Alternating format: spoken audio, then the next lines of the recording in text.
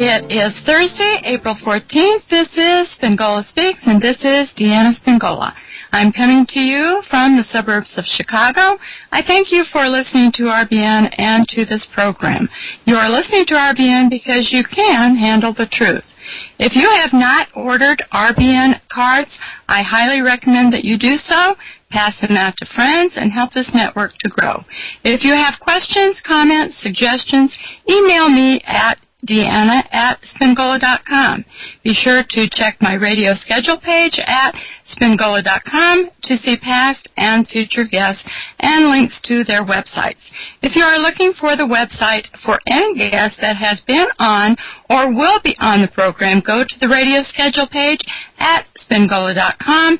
This information is also available in the RBN archives, which is available for only $1.33 per month.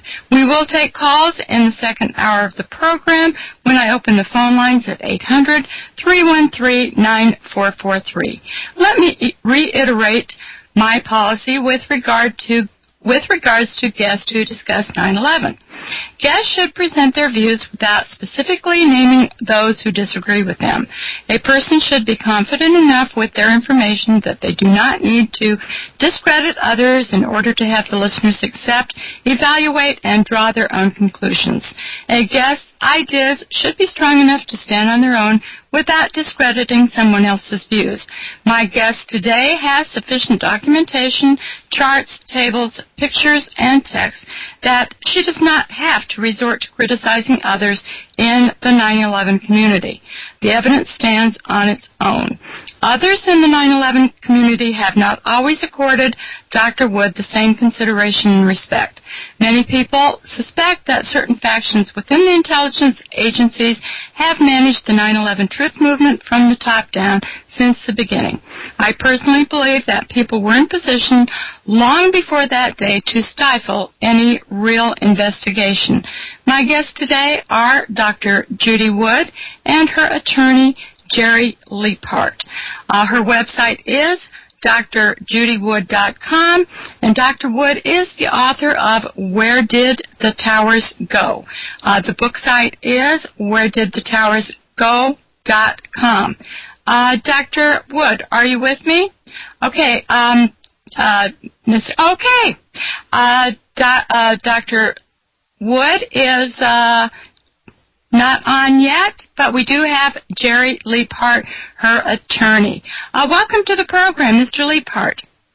Yes, thank you, Deanna. It's good to be on the program. I assume we'll be getting Dr. Wood on, momentarily. And in the meantime, if there's a question you might have for me, be happy to address it. I would really love to have the listeners go to drjudywood.com, and I would like to spend a little bit of time talking about the court case, because that's something that we haven't discussed. We didn't discuss it in detail the last time you were on. But now we have a break. We'll be back in 3 minutes. Stay tuned. And we are back, and my guests today are Dr. Judy Wood and her attorney, Jerry Leaphart.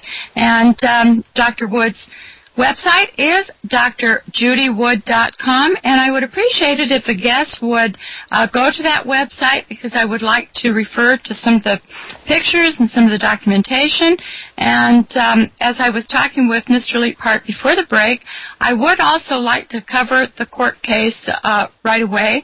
And I have also linked on my radio schedule page the legal documents. So if you just click on that page, you will bring up the legal documents, or just scroll down on the website, Dr. Judy Wood. There's some fabulous pictures, and if you haven't really studied this page, and if you don't have the book yet, and the book, of course, is Where Did the Towers Go? If you don't have the book yet, this page is a very good starting point to learn exactly what happened on 9/11, or at least have a better handle on things than what you might have now. Okay, you filed this lawsuit back in 2007. Yes. I think I'll start with just an overview of that legal proceeding, Deanna, and that is we brought this case under the False Claims Act, and cases brought under that act are commonly referred to as Qui Tam cases.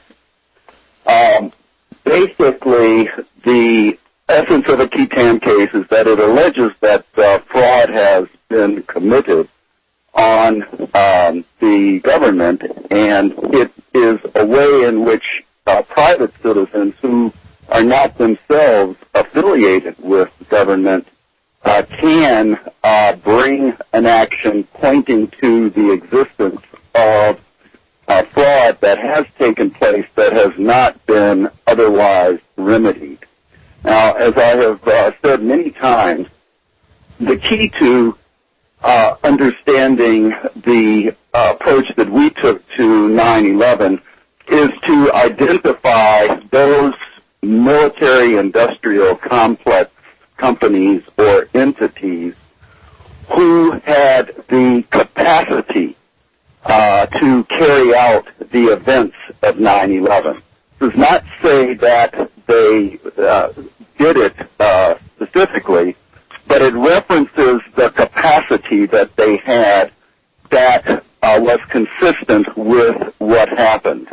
The issue that really brought this to the forefront for Dr. Wood was the recognition that two companies in particular, Science Applications International Corp, SAIC, and Applied Research Associates Incorporated, ARA, both had the technological know-how and capacity to have been involved in 9/11, and they also managed and we asserted controlled the investigation done by the National Institute of Standards and Technology, NIST.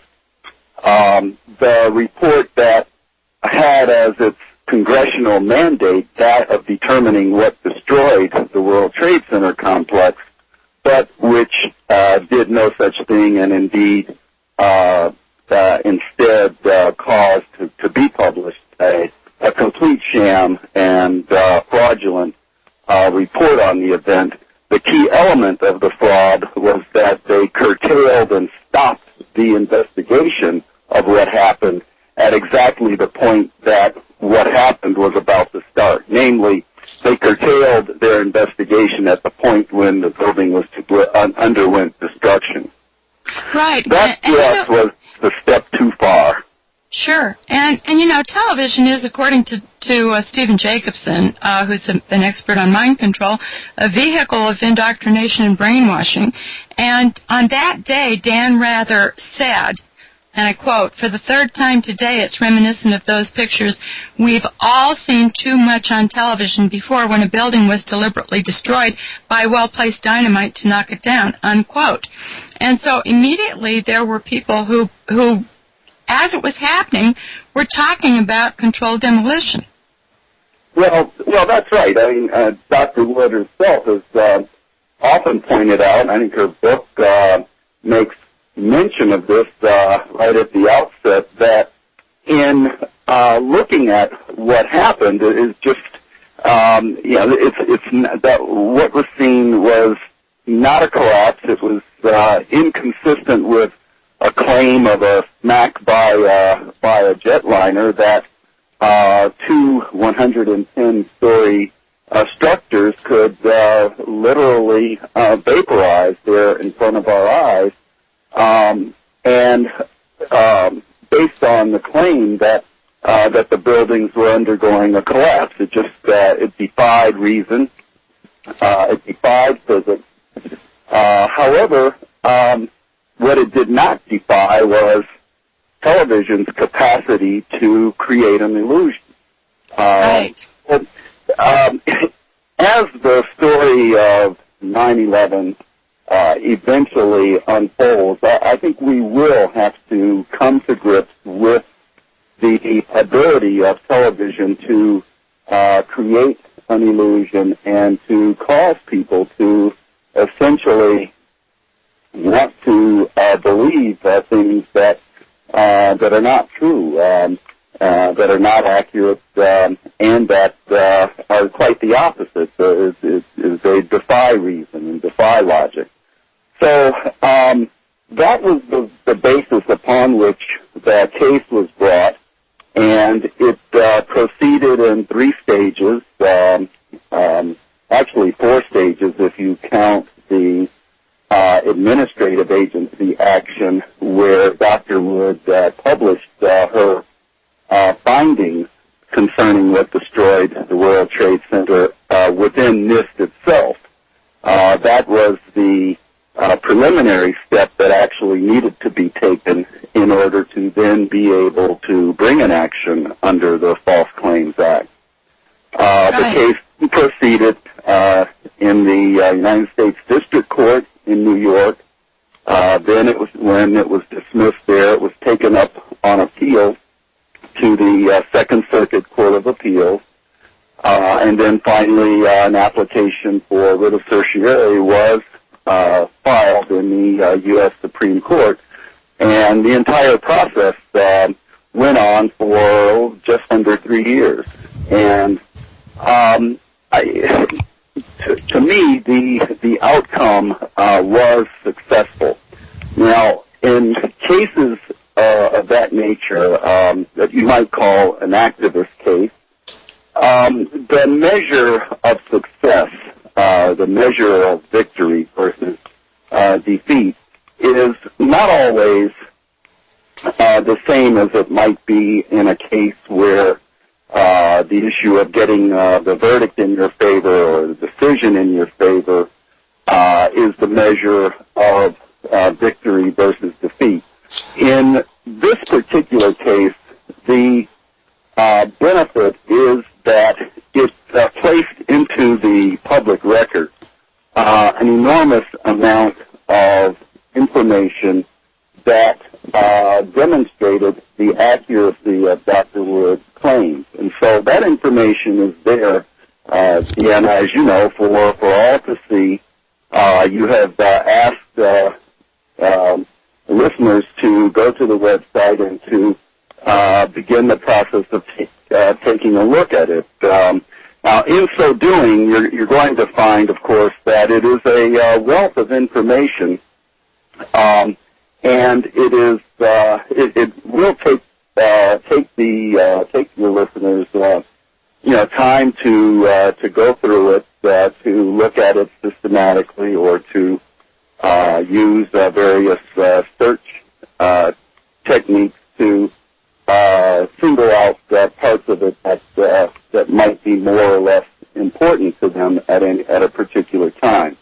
Let me just give you one example of something that I think is useful, and that is that in one segment in the legal presentation, I considered it appropriate to call to the attention of the court the fact that we knew how the court was likely to look at this information, that it would be difficult for the court to assess it on an objective basis, simply because of the enormity of the implications of what the case claimed. And I used as an example the fact that in the military and in the military justice system, they are not allowed to question the accuracy of the common storyline of 9/11. They just simply can't do it. It's against. It would go against military orders. And so what I pointed out was that I had looked and I found no such limitation with respect to private lawyers. That is to say, I was not obliged to accept the common storyline of 9/11 and to not bring a case where I was essentially making assertions or advancing assertions that did just that. Right. And I think it was all the court could do to say... We do have to take a 3-minute break. I'm sorry to interrupt, but we'll be right back in 3 minutes.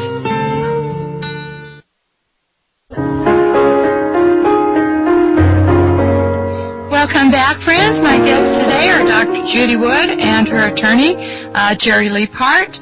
Dr. Wood's website is drjudywood.com. She is the author of Where Did the Towers Go?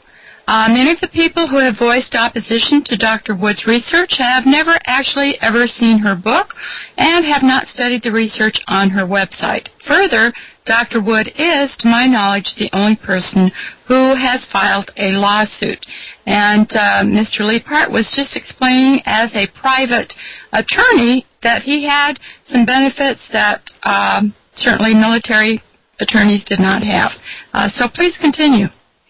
Oh, yes, it's and you know the law is, of course, a structured, might even analogize it to a regimented profession, so that it is difficult to file actions that take on the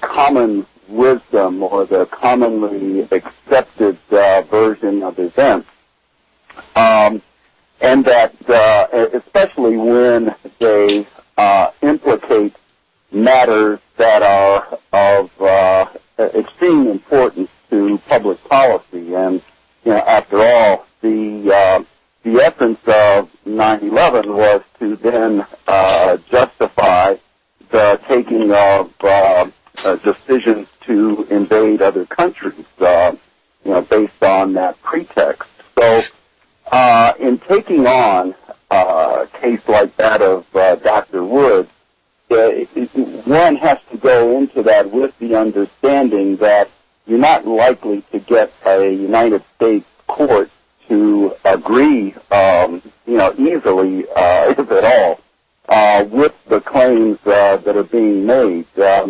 One other analogy I can give you there is something that I came across not too long ago that is, on the surface, entirely unrelated. But during the American Revolutionary era, the Revolutionary War in the 1770s and 1780s, almost all of the lawyers in New York City were obliged to side with the colonial power, that is to say, with England. Right. They could not, openly express support for the American Revolution, and in fact, had to take action to thwart it. So when the war was ended with with U.S. independence, almost all of the lawyers in New York City got themselves disbarred because they had basically picked the wrong side in a Revolutionary War. And the reason why I found out about that is that one of the few who did not side with the British, who was not a Tory, was Aaron Burr, who then went on to bigger and better things, including having a duel with Alexander Hamilton, in which he shot Alexander Hamilton dead. Sure. So why did you do this? What caused you to take on this case? Well, basically, I think it's fair to say I have a background as an activist attorney, and I would also say, just very personally, that and I'm reluctant to say this because I do not want there to be any link between 9/11 and the Kennedy assassination, because there isn't. But I can tell you that as a youth, a teenager, when Kennedy was assassinated, I had this hopeless or helpless feeling that I was witness to a coup d'etat, and because of youth, there was not anything that I could do about it. That feeling changed a bit during the Vietnam era, when at a minimum I could go out and join the protest. And with other episodes as my professional life proceeded, there were ways to do something, to make some kind of attempt to be effective in situations where my skill set could be helpful. And so it was with respect to 9/11, when one saw and realized what was being presented, and that it was very much in the nature of a coup d'etat. And when I then came across the work that was then being done by Dr. Wood, I said, well, this is something I can pay attention to and assist. Okay, hold that thought. We'll be right back after a 3-minute break.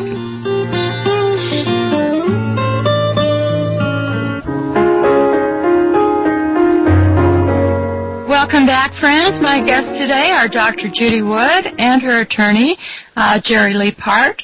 Her websites are drjudywood.com and wheredidthetowers.go.com. She is the author of Where Did the Towers Go? It's at least 500 pages of documentation, charts, diagrams, and evidence.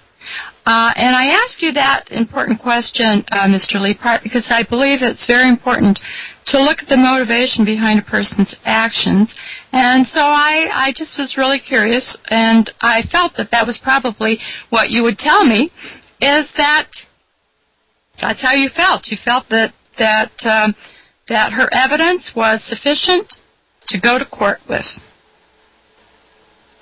Correct. That was one of the first things I indicated to her. That was namely that the approach that she was taking, the forensic examination approach, did rise to the level of meeting the threshold of what would be considered legally admissible evidence. And so, of course, during the course of the legal proceedings, I did have that claim to rely on.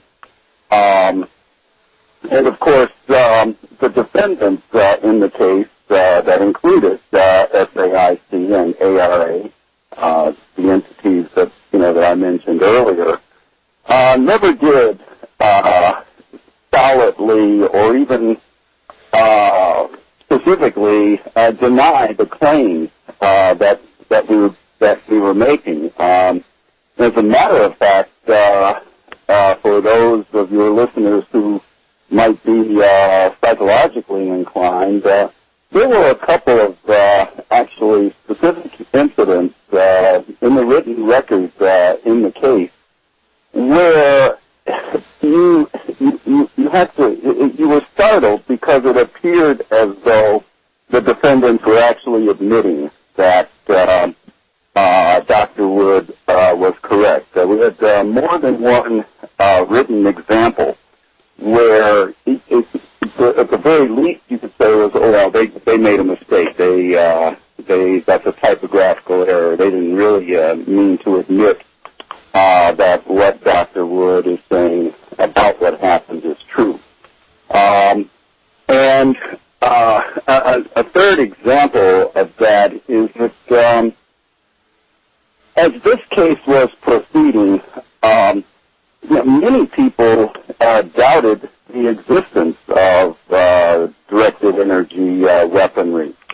And as the case proceeded, I think we come more and more obvious to those who are following the case, including some of the other participants in the case, that such weapons do exist, and that the nature and the scope of them is sufficiently broad such that what Dr. Wood was saying about what happened was in fact accurate. So that's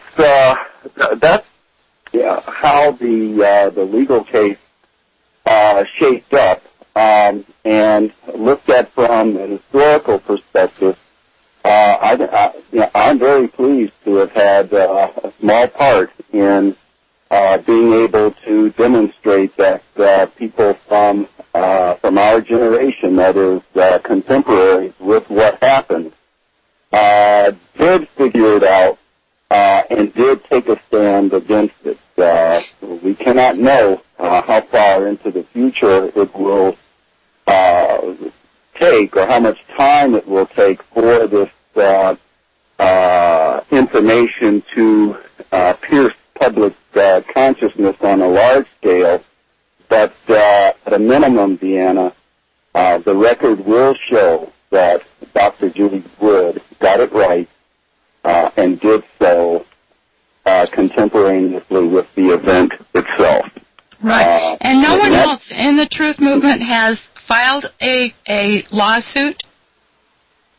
Say again, Deanna? I didn't hear that. No one else in the Truth Movement has filed a lawsuit regarding their claims of how the buildings came down. Well, not that like you, I know of none that have been filed. Now, that's not to say that there are not some effective advocacy cases going on out there.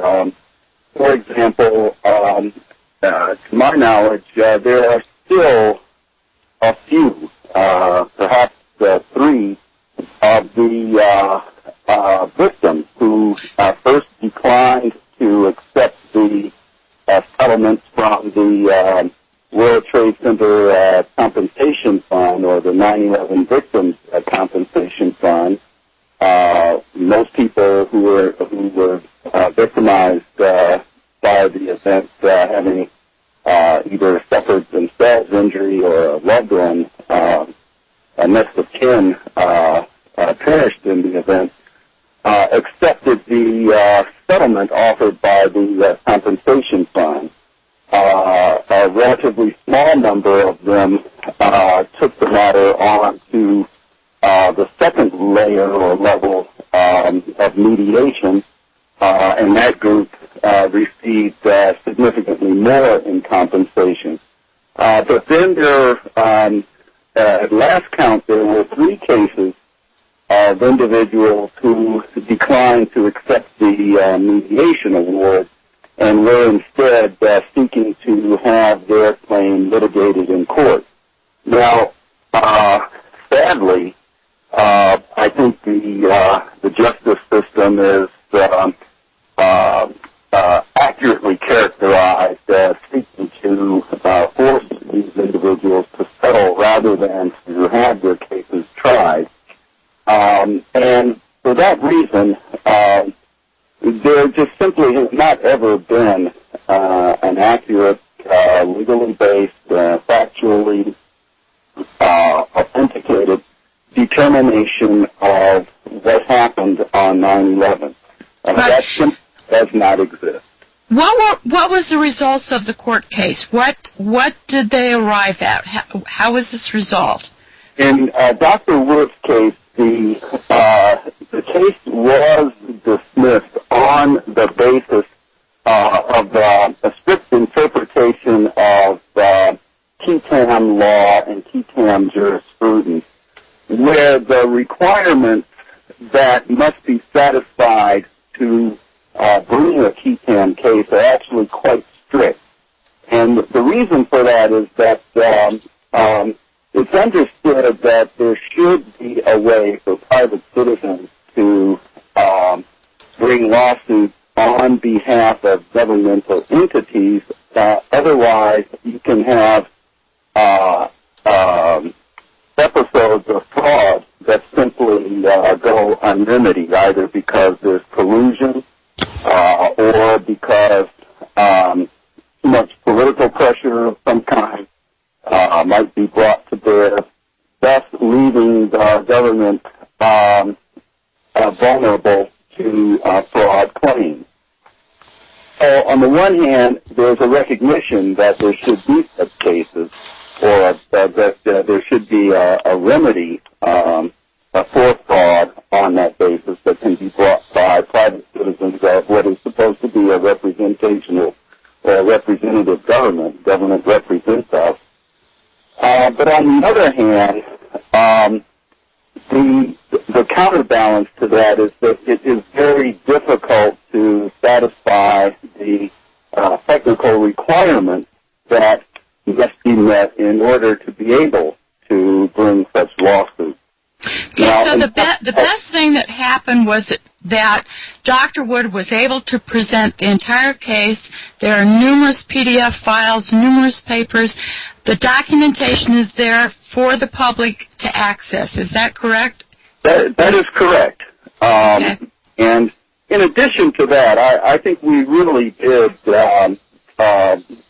help identify the direction that the understanding of 9/11 must take. It's not strictly a question of the U.S. government having done this. Rather, this is a situation involving the military-industrial complex, the use of top-secret, sensitive, compartmented information, the ability to hide what is to take place on the basis of employing a lot of people in various technical tasks, where the only thing they know is what is on their computer monitor and what their instructions indicate they are to do. Sure. But have no idea what the overall picture is. Sure. That means that 9/11 took place. Right. Okay. If we have some questions regarding the court case, you can call in at 800-313-9443. But let's take a look at the science of this 9/11 issue. And on Dr. Wood's website, drjudywood.com, there's a picture up in the left-hand corner, and the key evidence to me is what it looked like, and there's just no way that was a collapsed building. I mean, that looked like an explosion. And in fact, right beneath the picture, Dr. Wood has put the new Hiroshima. Would you like to address that for us, Dr. Wood? Yes. What we saw and what happened on 9/11 was something that we as the public had never seen before. It was an exhibit and a demonstration of a new technology. As I say in my book, we stand at the dawn of an entirely new age. By all evidence, man has in his hands a method of disrupting the molecular basis for matter and the ability, very possibly, to split the earth in half. The technology demonstrated on 9/11 can indeed split the earth in half, but it can also be used to allow people to live very fruitful, constructive, non-polluting lives through the use of free energy. But we need to choose how we want to use it. In 1945, we saw a demonstration of a new technology. A few days before that, no one would have imagined that such technology could exist. But once it was demonstrated, people saw that it existed. The Hiroshima. And, you know, I was like, see what kind of toys we have. Don't mess with us. Right. And that's basically, they bombed, the U.S.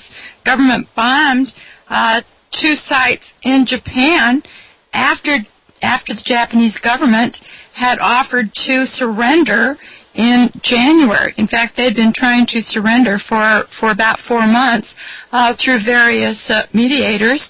And because the U.S. government and the Manhattan Project had manufactured these bombs, they were intent on using them, even though the Japanese government wanted to surrender.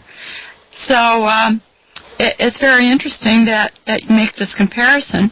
And, you know, the pictures that we've all seen of the bombing in Japan, they look similar to me. It's a technology that destroys things. But right. The one in Japan was just destroying everything in a certain region, where this just destroys specific things. It's very careful as to, you know, what it gets and doesn't get. But if you look at the cover of my book, I call that the bubbler. It looks like in Midwest you call a drinking fountain a bubbler. You know, right. It comes up, the way it kind of froths up. That picture, you look at it, that's not a collapse. No, absolutely not. And it's not an explosion. It's a building frothing up into powder in midair. Right. And if you start looking at the pictures more closely, you'll see chunks of steel flying through the air, turning into dust before they hit the ground. And that is something, you know, pretty extraordinary going on. And for the most naive observer, say, what kind of a technology is that? Why aren't we studying it? If it can do that, it can do good things. Sure. And we can use it for good. So let's study it and use it for good. Sure. And I had a gentleman on this week talking about free energy, but it was more restricted to gasoline and automotive use. But you also have pictures in your book of steel beams actually in the process of turning into dust. Dustification. A new right. process needs a new word to describe it. So use the term dustification, or it was dustified. Right. And a lot of people mistake it and think I'm saying vaporization because they think that sounds more scientific. But no, vaporization has a specific meaning. It involves heat. This does not involve high heat. But the building turned to dust. Right. And you also have pictures in your book and elsewhere on your website where there's fire adjacent a lot of paper, and yet the paper is not burning, but there's this huge blazing fire, and a lot of other people have indicated that they didn't feel the heat on 9/11, that it was cool, which is kind of extraordinary. Right. When the dust cloud first rolled out, they said it was initially cooler than ambient temperatures. But then it had some kind of activity that the dust on their skin was eating on their skin, and it felt hot. Felt like it was burning up. Like if you put cold or cool Clorox in your hand, it feels cool. It feels hot because it's dissolving the skin. Oh. Or acid or something like that. Acid feels hot, even though you stick a thermometer in it and it's, you know, cool temperature. Sure. So something feeling hot isn't necessarily that it's heat related. It could be, you know, some other activity.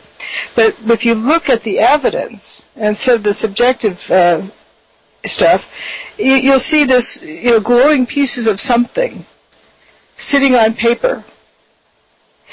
If that is glowing because it's hot, then the paper would be burning. Yes, sure would. We do have to take a 3-minute break. We will be right back after a word from our sponsors with our guest today, Dr. Judy Wood, and her attorney, Jerry Leaphart. Stay tuned. Alrighty, we are back. My guests today are Dr. Judy Wood and her attorney, Jerry Leaphart. Dr. Wood's websites are drjudywood.com and wheredidthetowersgo.com. And we were talking about the heat that was evident, and yet there was a coolness. And I would like all the listeners to go to your website, drjudywood.com, and there's some photos that I think are really very significant. And by the way, how is your book doing? Fine. The word's getting out about it. It was difficult to get it out because not being with a regular publisher.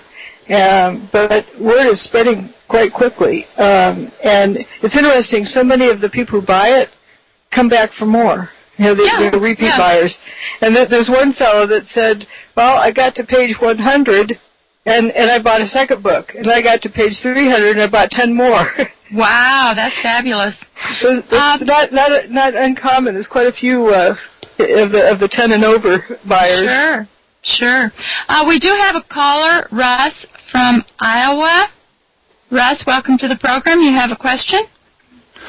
Yeah, in regards to what you were talking about with Mr. Leaphart, I was curious if he would mind discussing the FARA change that occurred late in the case, which actually changed the amount of actual information that was required by Dr. Wood to go to discovery. And I'd also wonder if Dr. Wood would mind commenting on the various pieces of evidence that all the various other bizarro conspiracy theories just cannot talk about, such as, the cars, and also maybe some of the newscasts that went on early on, particularly one with Peter Jennings, in which he talked about the lack of debris. So I'll jump off the air and listen to the answers. Thanks. Okay, thank you so much, Russ, for calling in. Okay. Well, I'll go first on that. And thank I think Russ was your listener's name. I'd like to thank him for his insightful question about the legal process that came to be involved. And as a lawyer, one of the things that you must do whenever you are proceeding with a case is that you must be on the lookout for changes in the law. It sometimes occurs. And what happened during the processing of Dr. Wood's case is that a change was made in the False Claims Act. And we talked specifically about that, or we raised that change in the law during the appeal portion of Dr. Wood's case. That is to say, when the case was pending in the United States Court of Appeals for the Second Circuit. One of the rare forms of change in the law that can occur is a change that is made retroactive. That is to say, to cover either issues or a time period prior to the enactment date of the law. Okay, hold that thought. We do have to take a 1-minute break, and we'll be right back.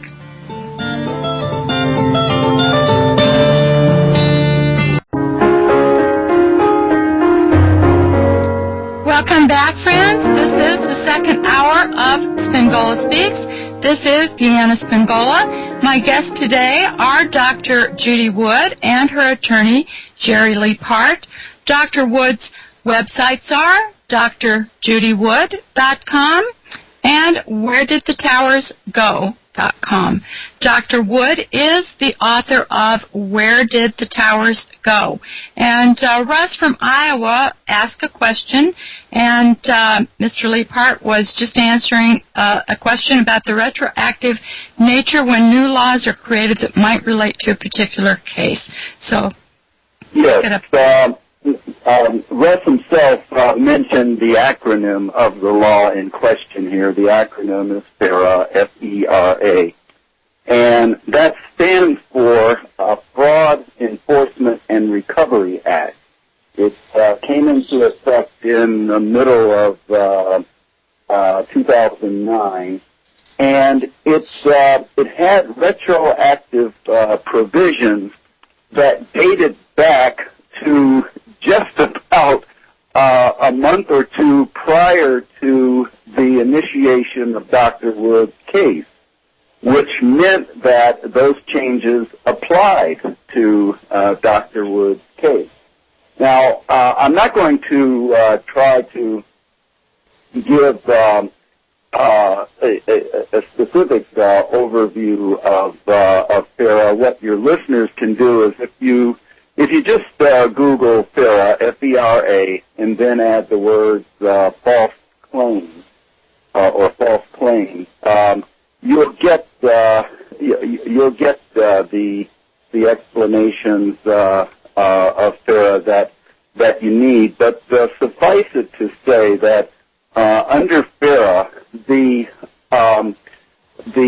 requirements for initiating a Qui Tam case successfully were relaxed a little bit, and in particular, that law had the effect of reversing or overturning a U.S. Supreme Court decision that had been handed down about a year earlier that the defendants in the Wood case had placed a lot of reliance on.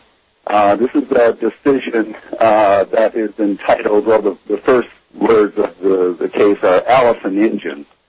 So FERA overturned a U.S. Supreme Court decision that had been handed down in a case entitled Allison Engine, which had defined the nature of false claims under the Qui Tam Act in such a highly specific way that almost nothing would be considered a false claim that could be acted upon.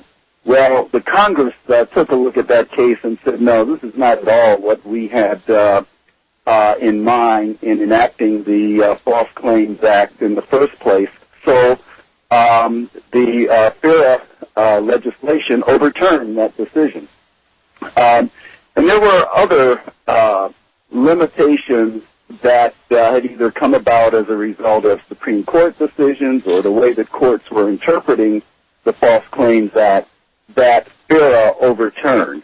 So when you had that combination, a new law made retroactive to a date that encompassed Dr. Wood's case, and when you had the circumstance that the defendants in her case had relied heavily on the case that had been overturned, namely Allison Engine, why, when that happened, we had to pinch ourselves literally. So, this is unusual. It's unusual for a law to change while your case is actually pending, and then it is even more unusual for that law to change on a retroactive basis.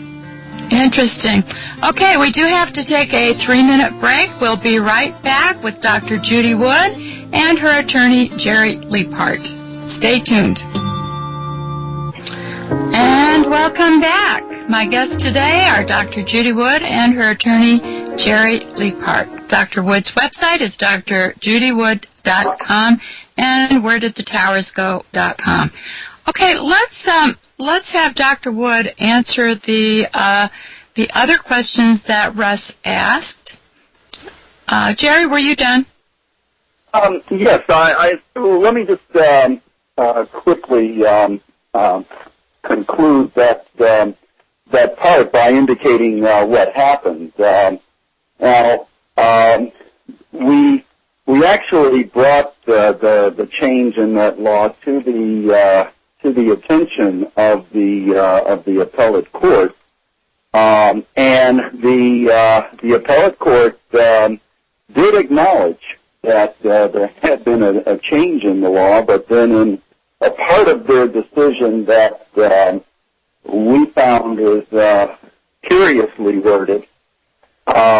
They elected not to apply the changes that had been made, even though they were made on a retroactive basis. Now, needless to say, our next step in that process was essentially the basis upon which we asked the U.S. Supreme Court to review the case. At that point, we thought that we actually had a legal argument that really sort of transcended the ordinary basis upon which appeals in the Qui Tam world are made.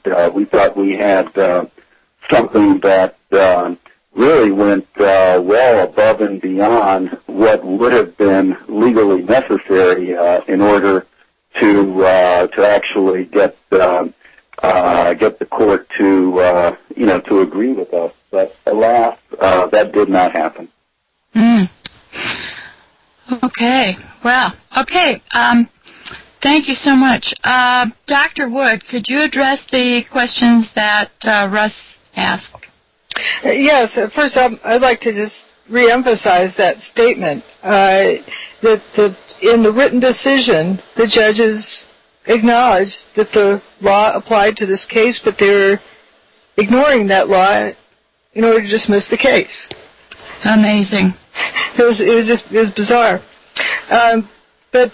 So a lot of folks say, it was laughed out of court, it was thrown out of court. But the travesty is that the legal system, has a problem. It's broken, basically. Yeah. But the honesty it was really appalling, amazing, that the judges would actually state that in their written decision. Kind of blatant, actually, that they would admit that they had that much power, and it didn't matter whether it was against the law or opposed the law at all. I think it was an act of respect of me, is how I took it. That they were acknowledging that I was correct, but their hands were tied. Right. That was my interpretation of it.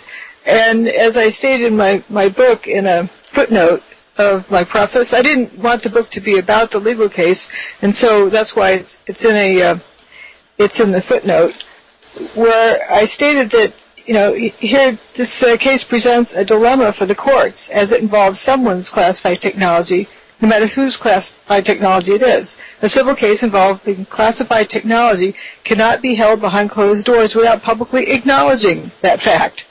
Wow. Yeah. Perhaps this is why, they respectfully acknowledge the law applied to this case. Right. And they said, quote, for the ease of, and writing their decision to dismiss the case, they were ignoring the law. Wow. Amazing. That's not exactly the way that I would put it, as a lawyer. I'm not in a position to criticize the court specifically, for what they did. But what I am, I think, clear in saying is that we disagreed, of course, with the court's decision, particularly as Dr. Wood has pointed out, there was an acknowledgement in the court's decision of the change in the law that we have called attention to. So the outcome was not as we would have wanted it to be, of course, but it was beneficial. I think it's fair to say that we presented to the court a very compelling case. Great. Okay. Dr. Wood, could you address Russ's question? It's like, where do you begin? Starting with the biggest issues, where the buildings go. And actually, the origin of the name of this book was partly a question I was asking, but also a question that the newscasters on that day and the day after were asking. Right, and they did that. They did that. They said, well, what happened? Where is it? Yeah, they wondered how could it go away, and then why is all this paper left? Yeah. And they also, if I might just interject very briefly, there were indications in the news reporting at the time that, well, of course, there will be an investigation and a determination of what happened, and that's when we will find out what caused the buildings to disappear. But unfortunately, none of the officially sanctioned investigatory process did any such thing, and the only investigation that you'll find published at governmental website and or in the court system would be the determination of where those buildings went, done by Dr. Wood. Interesting. Okay, Dr. Wood, continue. Well, so the buildings, it's not, where'd they go? There's a lacking debris, and there's an abundance of dust. The buildings were turned to dust. They didn't burn up, and they didn't slam down. I was criticized tremendously early on for saying the buildings didn't collapse. They didn't. If they collapse, then you get a seismic boom, a thud. Things fall down, they go boom. And the seismic signal was way too low for the amount of material that supposedly smashed to the ground. Well, was all the seismic recorders messed up that day? Well, let's look. We have the buildings were built in the Hudson River with a dike kind of around the base of the buildings. The base is built like 70 feet below the water table. And so there's this bathtub or slurry wall that's built around to keep the Hudson River out of that basement region. So the building sits on bedrock 70 feet below sea level. If anything happened to those walls, you'd have flooded all of southern Manhattan. And southern Manhattan wasn't flooded. So you crash down two 500,000-ton buildings onto this dike, and it doesn't break. It doesn't, there isn't a catastrophe. But then a couple of days afterwards, when they brought in earth-moving equipment, that is what started damaging the bathtub. Earth-moving equipment damaged the bathtub wall, but two 500,000-ton buildings. So, right, that's an interesting thing. So it appears that 500,000-ton buildings did not slam to the ground, which is consistent with what the seismographs recorded, as well as Building 7. So we have a lack of seismographic evidence, a lack of debris, the bathtub still being intact. So it's all consistent. And then there's the issue of toasted cars and flip cars. What I mean by toasted is they're toast, they're history. Something messed them up and they're beyond repair. And you do have pictures right on your website at drjudywood.com. And if you just scroll down, you will see these cars. And some of them are very, very, very interesting. Yes. Please continue. I'm sorry to interrupt. No, that's okay. And they're as far away as a half mile away underneath FDR Drive. But the way in which they're messed up is pretty amazing. It looks like they totally burned up, but then an abrupt line between the front door and the back door, and the back door is in pristine condition, like it just had a new wax job.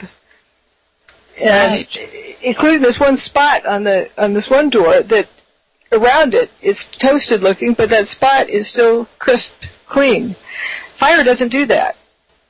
Fire doesn't abruptly stop. Like 1 nanometer over, it's in pristine condition. 1 nanometer to the other side, it's toast. Right.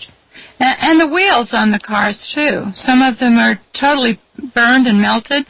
When in this one car, the back tire is Looks great. It looks fine. Yeah, still fully inflated. Yeah. There's this weird pattern that you wouldn't see with normal, kind of car fires. And then there's what I call the toasted car lot. That's a good distance diagonally across from the World Trade Center complex, but still quite a distance away, with a sea of paper in between, and paper that did not burn.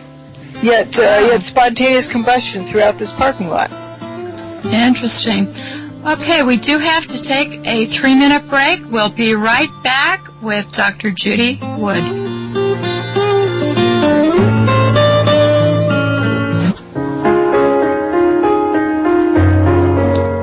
Alrighty, we are back, and my guests today are Dr. Judy Wood and her attorney, Jerry Leaphart. And we are looking at Dr. Wood's website, which is drjudywood.com. And we were talking about cars. And, as we were going to break, I thought, you don't see those kinds of incidences. You don't see cars like that being destroyed when they have actually demolished other buildings, correct? I mean, you don't have a whole bunch of cars in the neighborhood just kind of get toasted, as you say. Yeah, and spontaneous combustion. Right. Interesting. They may have something land on top of them, but oops, sorry, I didn't unplug my phone. But let's see if I can. No, I can't reach the thing from here.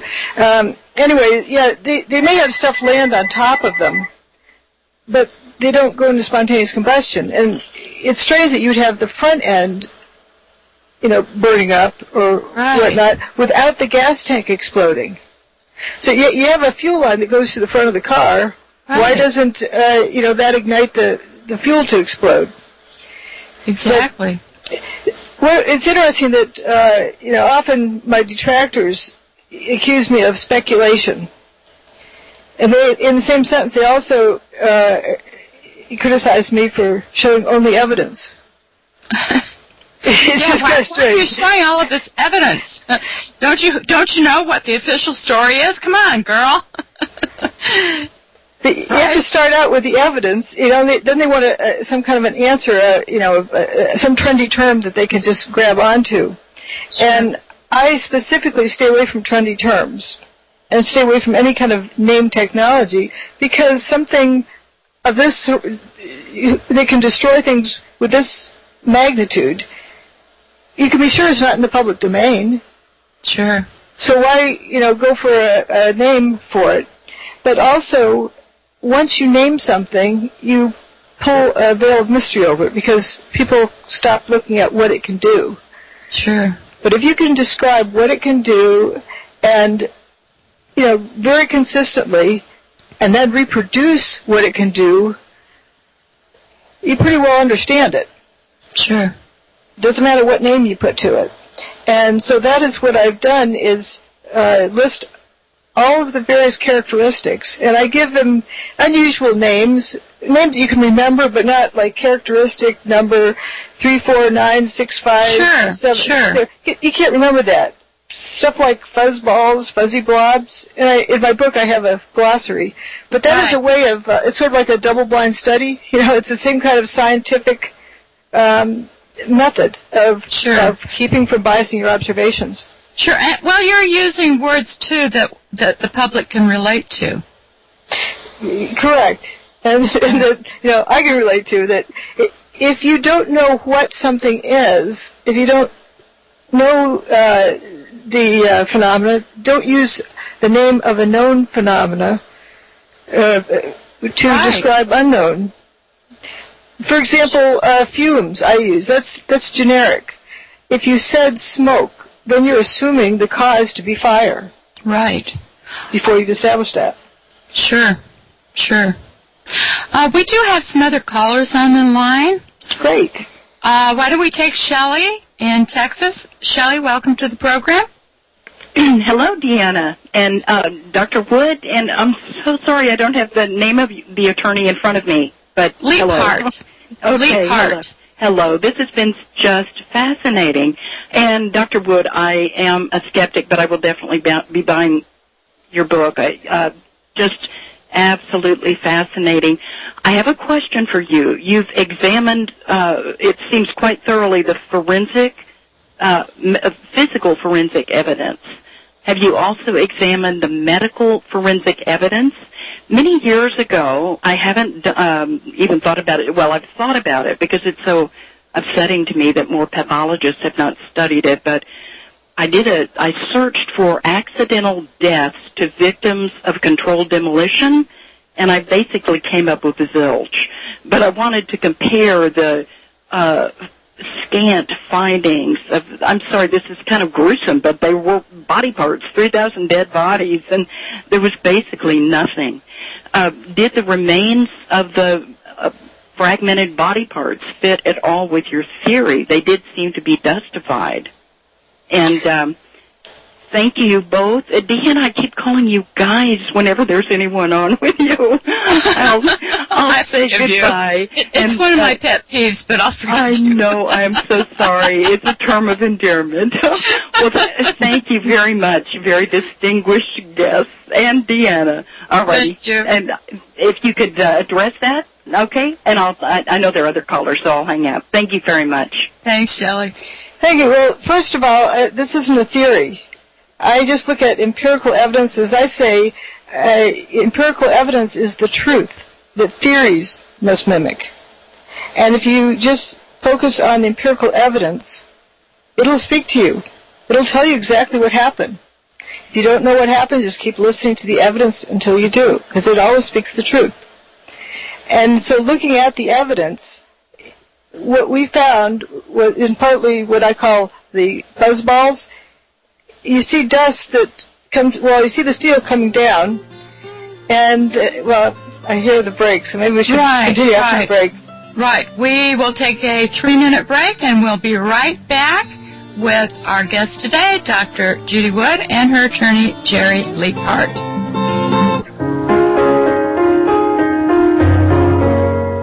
Welcome back, friends. My guests today are Dr. Judy Wood and her attorney, Jerry Leaphart. And Dr. Wood's address, her website is drjudywood.com, and wheredidthetowers.go.com. And Shelley, who has a medical background, is interested in what happened to the bodies, and do those bodies demonstrate any unusual, features as a result of the event. Yes, for what bodies there are left. The point she made is an excellent one, that in controlled demolition, you don't have people dying, especially years later. And what we saw on 9/11 was these big sections of steel falling, but they dissolved into dust, or they turned into dust before hitting the ground. Then the dust landed, and you could see clear blue sky in the background, and then pretty soon the dust starts rising up. Fine dust could not settle out of the air that quickly. Coarse dust landed and then became fine dust. In other words, it was breaking down and continued breaking down. Coarse dust lands, then it starts rising when it becomes fine enough. And then we have measurements of the air quality. This is what the first responders were breathing in, this very fine dust. And I've got some photos of it in my book where it's down on the scale of the size of DNA. A fraction of the size of a human red blood cell. In other words, when first responders inhaled this, it went right through their dust mask and right into their bloodstream. And how did that affect them? We have all sorts of strange cancers, and a lot of people have died subsequent to working with the cleanup and inhaling this. And were any body parts discovered, like the jumpers?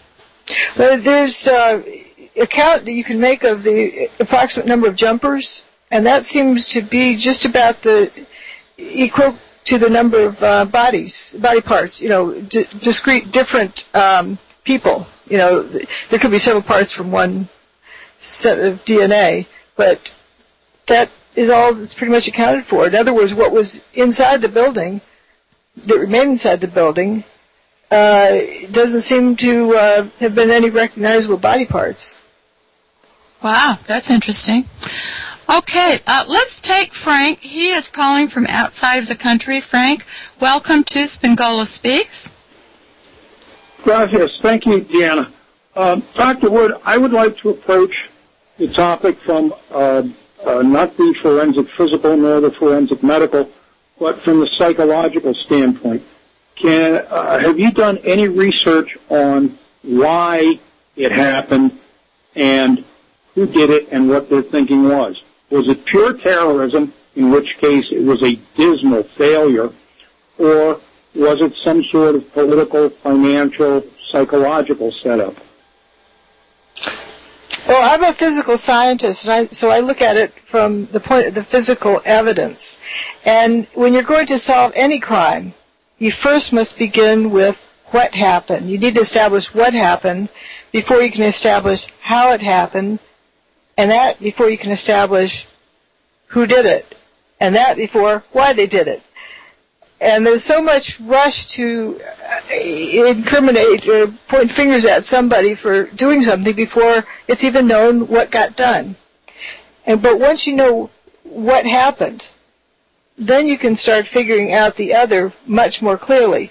A weapon of this kind of destructive capabilities, very limited probably as to who did this. So, if you start out saying, oh, it was bombs in the building, you're not going to get to the right answer. It's the wrong premise.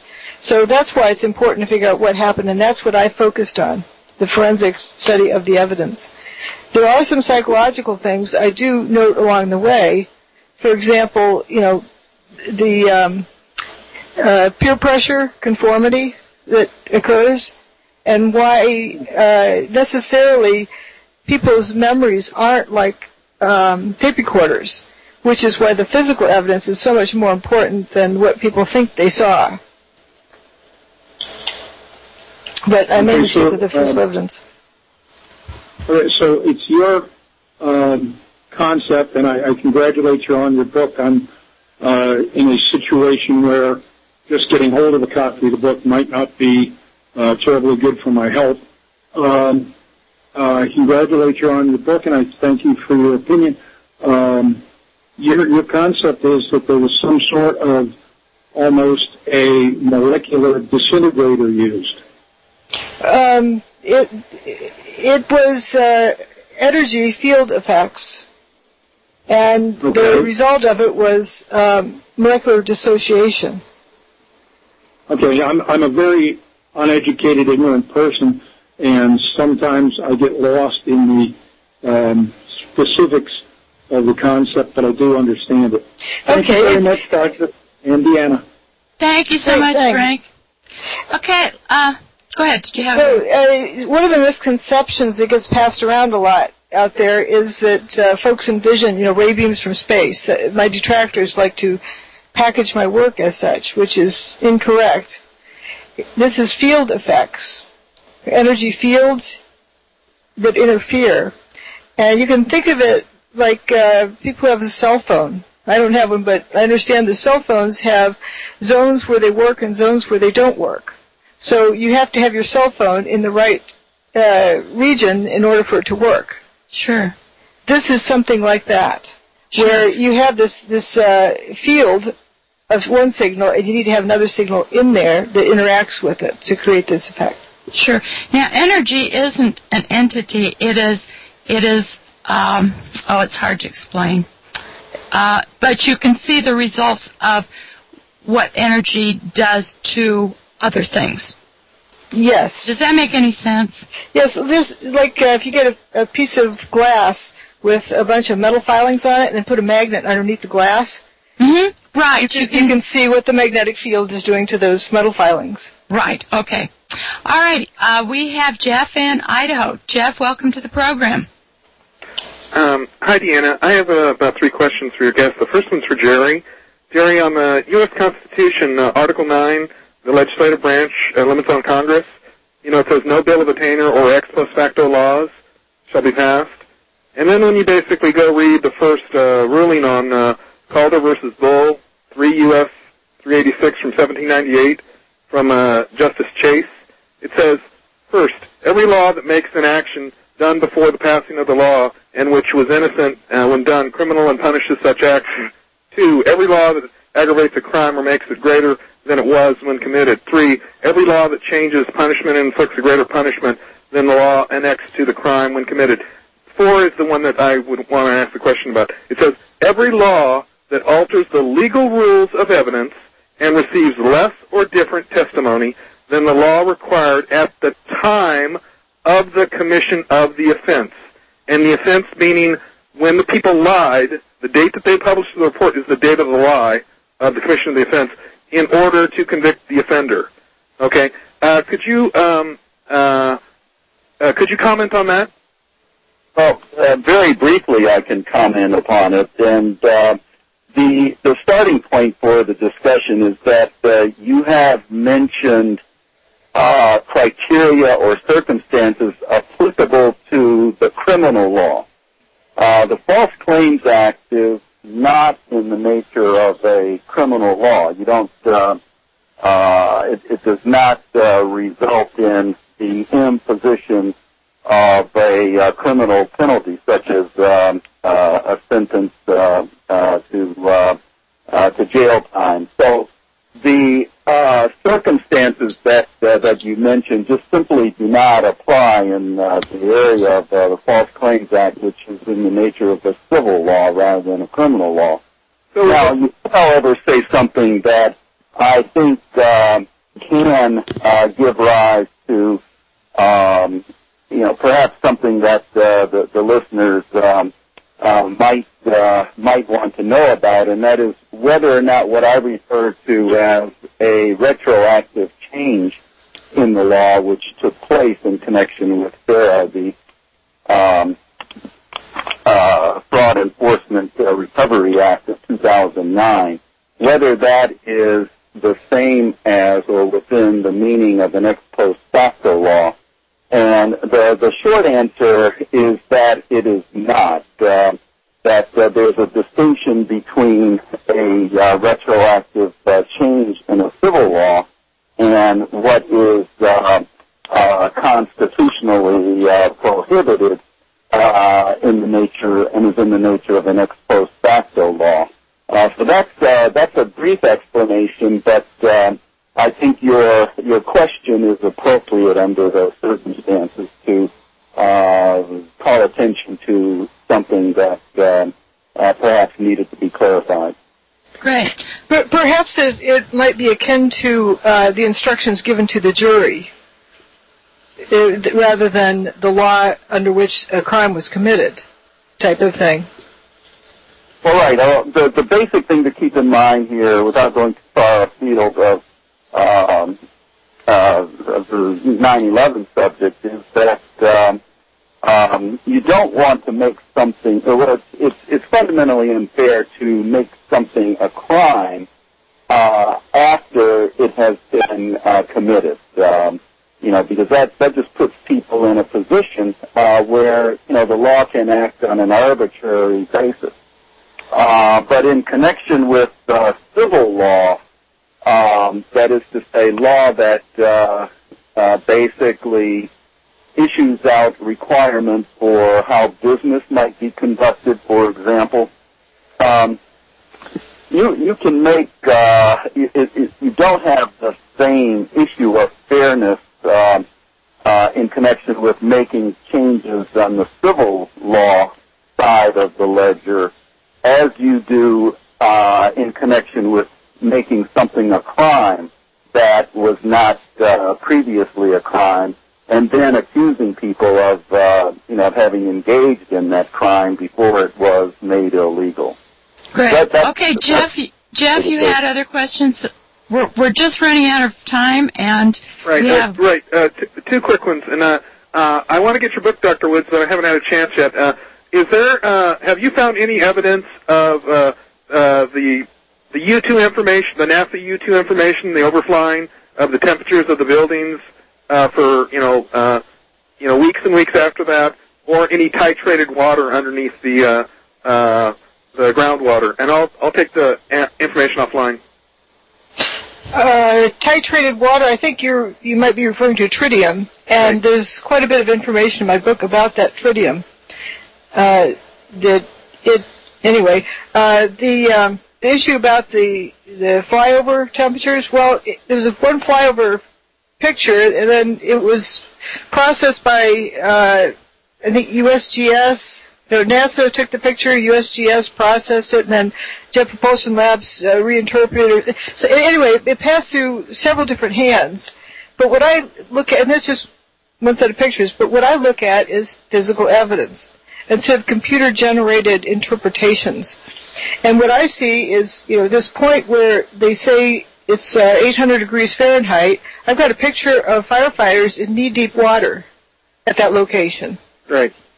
So clearly there's something that is being misinterpreted about this. I'm not saying lying at all. You could have a weird type of energy field that is registered as heat, but that is not heat. Okay. Thank you very much for your time. Thanks, Jeff. Okay, let's take Mark in Wisconsin. Mark, you're on the program. Mark? Josh? Yeah, hello? Yes. Hello. Well, hey, Mark Yelmer from We Are Change Josh. How's it going, everybody? Hey. Hello. Welcome. Welcome to the program. I believe we both watched your video. Awesome. That's good to hear. Yeah, I think I emailed it to Dr. Wood, and first I just want to start off by saying thank you for all of your research and your work.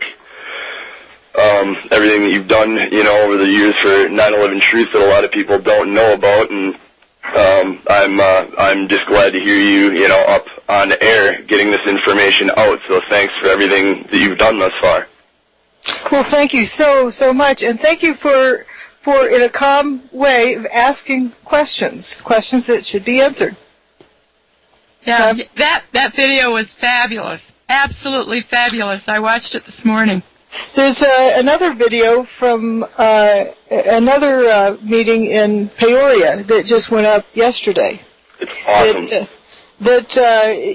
You'll be quite interested in it because there's a learning curve, but it's how to handle the questions. Deanna, perhaps you might clue the listeners in on what we're talking about. Oh, right. In fact, I've got it on the website.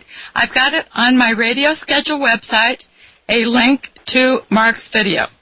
And you need to just click on it and see his video. He did a fabulous job. Absolutely fabulous job.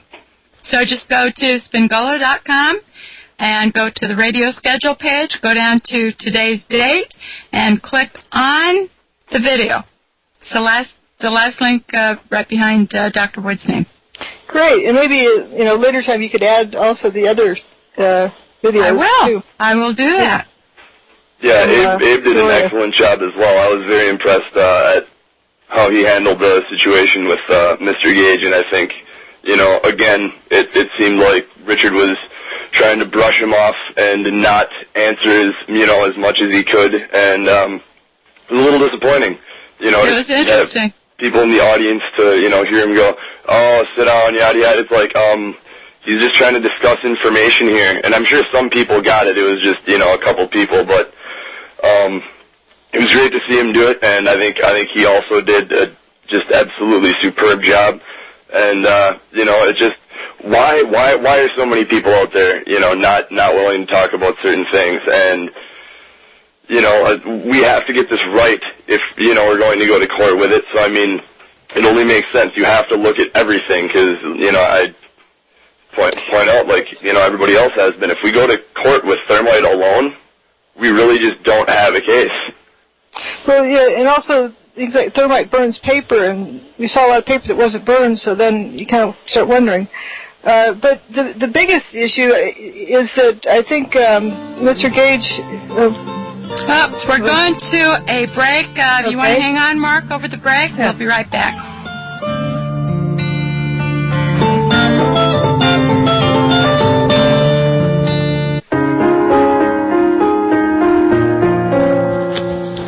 Welcome back, friends. My guests today are Dr. Judy Wood and her attorney, Jerry Leaphart. Dr. Wood's site is drjudywood.com and wheredidthetowersgo.com. And we were talking with Mark in Wisconsin, who made a very, very fascinating video, which is linked on my radio schedule page. Just go to spingola.com and you can click on it and watch it. Did a great job. Yes, it's so excellent. And when it brings up the point that, the 9/11 Commission did not tell us the truth. The NIST did a research, supposedly, they did not bring us the truth. To get to the truth, you need to speak the truth and talk about the truth. And I think there's some folks that feel that the public can't handle the truth, so let's lie to them. Well, then they're no different than NIST or the 9/11 Commission. They're just arguing about which lie is best. Wow. You nailed it there. So it's, just speak the truth and always speak the truth, and you'll get to where you need to find out things. But if you're not speaking the truth, you're not going to find out anything. Sure. Mark, are you still with us? Yep. I want to say as well, Deanna, thank you very much for, plugging the video and putting that out there. I'll certainly be doing the same for your work quite a bit in the future. And thank you for, having Dr. Wood on the program. There aren't, many places that would even put her on the air. So thanks a ton for that as well. Well, thank you. Thank you. You're welcome. And thank you, Mark, for speaking up and looking at the evidence. And I'm thinking, are we 4 years ago? That was evidence that was brought out, but it's been covered up for that long. But thanks to people like you, it's coming out. And in case you didn't realize what my credentials are, a bachelor's degree in structural engineering, a master's degree in engineering mechanics, which is like applied physics, and a PhD in materials engineering science. It was really more engineering mechanics oriented, but my overall aim of my studies is doing forensics analysis of materials and what happens, looking at new materials, designing new materials, studying biological materials to see how nature's designs can be superior, and also using interferometry to study these things. So when I realized interferometry was involved in 9/11, could anyone be better qualified? Exactly. It was amazing. Right. I was going to say, actually, with how you were describing it, it makes perfect sense why, you would have noticed the things that you did in that case. Exactly. And why your detractors never bring these things out. They kind of refer to you as some sort of a kook who doesn't have any kind of experience to even be dealing with this, which is absolutely not the case. Amazing. And, I noticed in the video that Abe had that Richard Gage said, she talks about space beams and space lasers. That is not true. I do not talk about space beams, space lasers. Yeah, he said that I noticed earlier both of you were mentioning something about that, how space rays is the popular detractor statement, which, Richard said that to me when, I didn't mention those words, but he brought them up right away. Sure. Mm-hmm. You know what? We are out of time. Dr. Wood will be back on May 2nd, and I'm sorry to Betty and Bill and Bud that we didn't get to your calls, but thank you so much, listeners, for tuning in today, and thank you, Dr. Judy Wood, for being here, and Jerry Leaphart. Thank you so much. And thank you for having us on. You're very, very welcome. Bye-bye, listeners. Talk to you tomorrow.